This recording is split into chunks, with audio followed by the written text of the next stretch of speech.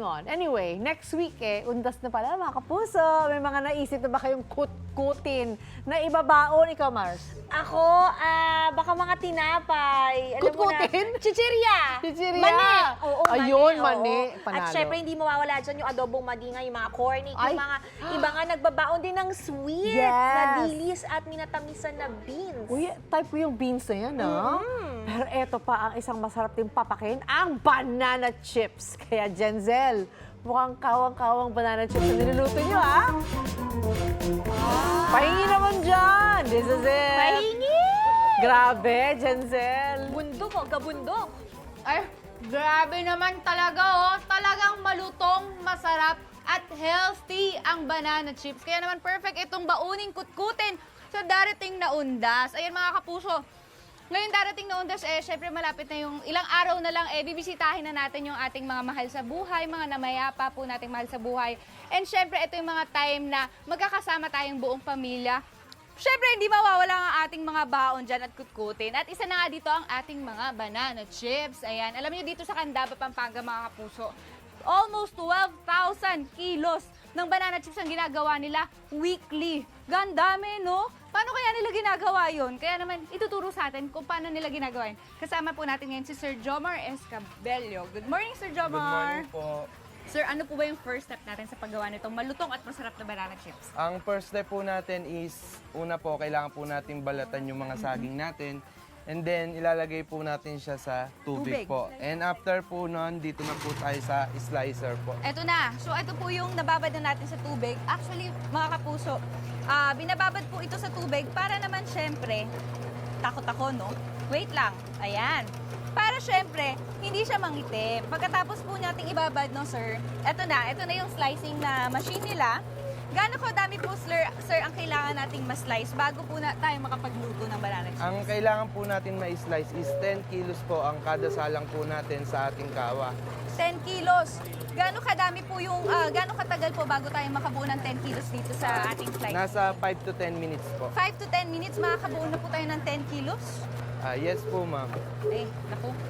Pero kailangan maingat po maglagay, no? Kasi pagka nag-iiba yung hati niya. So, kailangan pahaba talaga. So, hindi ko pa na-perfect mga kapuso, pero masaya siyang gawin.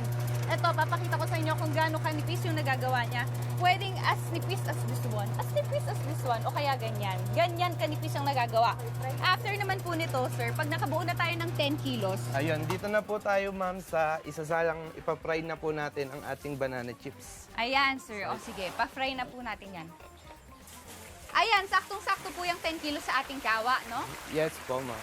Opo. Gaano katagal po bago tayo, gaano katagal yung pag-fry natin, sir? Nasa 15 to 20 minutes po, ma'am. 15 to 20 minutes. Ayan. At kailangan parang continuously hinahalo po siya. Yes po, ma'am, para maiwasan po natin na magdikit-dikit po yung mga saging po natin. Okay. Sir Jomar, parang may nakikita po ako ditong clear na, ano po to, sweetener? Yes po, tinunaw po siya na asukal po, ma'am. Okay. So, eto po, sir. Eto yung medyo paluto na, no? Eto palutong na, mga 15 to 20 minutes. Kailangan ilagay na natin dito yung sweetener. Yes po. Opo. Gano'ng kadaming sweetener po nilalagay natin sa 10 kilos? Sa 1 kg po, ma'am, is 1 cup. So, bali total of 10 cups po ang kailangan po O, natin. sige po. Ayan, o sige, lagay na natin, sir. So, ito yung nagiging pampatamis niya. Pero parang sakto lang yung pampatamis niya, no? Okay. At tara na, sir. Samahan niyo muna ako dito pagkatapos ng 15 to 20 minutes, eto na yung ating kalalabasan ng ating banana chips. Yes po, ma'am. So, eto po, bago na, pinapak ba natin agad yan? Eto yung salaan pala, sir, no? Bali, andito sa ilalim, malalagay yung mga maliliit na bits ng ating mga banana chips. And meron din yung mga oil na excess, yan, napupunta dyan. Apo. At eto na nga, titikman ko na pala, sir. Tikman na natin yan. Hindi ko alam kung naririnig nyo. Malutong, pero at sakto lang yung pagiging matamis niya. Okay na okay to Kaya naman kung naghahanap kayo ng mga baon, alam nyo na. For more food adventures, tutok lang kayo dito sa inyong pamansang morning show kung saan laging una ka. Unang hirit! Hindi ko alam kung naririnig nyo malutong. Malapit ang undas, Shai, doble kayod pa rin yung mga gumagawa ng kutkutin, pambaon. Oo, tama ka dyan, Miss Din. Kaya pala si Jenzel hindi pa tapos dahil libo-libong ang saging ang ginagawang banana chips sa pagawaan na pinuntahan niya today. Jenzel, nakarami ka na ba? Nakarami ng gawa o nakarami ng kain? ng kain. Miss Lynn and Shai! Ito nga, nandito pa rin ako sa gawaan. Siyempre, kanina sumasayaw sila kay Kaloy. Kailangan meron silang pangkain, pang-energy. Andito nga tayo, pwede natin itong baunin mga banana chips natin na libo-libong ginagawa dito sa Candaba, Pampanga.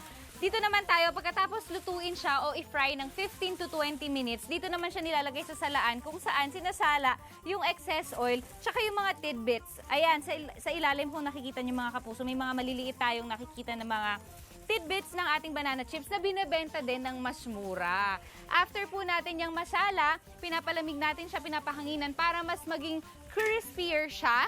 Ayan. And dito naman sa part nito, makikita nyo, dito na pinapak ang ating mga banana chips. Kung makikita nyo, iba-iba yung sizes niya.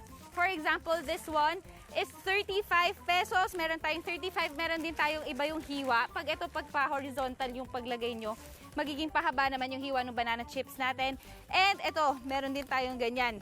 90 pesos naman yung mga ganito. Plus, mga kapuso, kung gusto nyo naman, grabe naman ang pananakam nyo sa banana chips. Meron din tayo dito, 5 kilos ng banana chips. Ito, 1,200 po ito mga kapuso.